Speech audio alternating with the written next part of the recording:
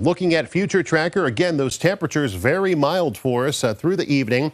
More than likely going to see some rain on radar, but it'll struggle to reach the ground as we get into 8, 9 o'clock. But as we get into 10, 11, 12 o'clock, that chance of rain will increase as the atmosphere starts to saturate tonight. And eventually, by early tomorrow morning, I do expect widespread rain around. At the same time, those gusty winds up to 30 to 35 miles per hour will be possible through the start of your Friday. And then we wait on the cold front to move through, and it looks like that's going to be into the afternoon. And once it slides on through, down go the temperatures. But that chance of rain showers along and just behind that cold front here tomorrow afternoon.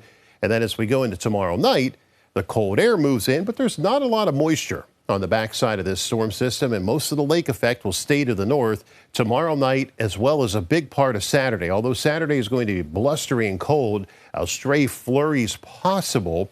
The heavier snow will stay well to the north, but as we go into Saturday night and early Sunday morning, the winds shift, and we'll get into some lake effect snow showers here at home as we go through the middle of the weekend. 43 tonight, not as cold. Rain showers developing mainly late. Gusty wind moves in overnight in to get your St. Patrick's Day going. Rain showers likely tomorrow. A high temperature in the upper 40s, then falling through the afternoon.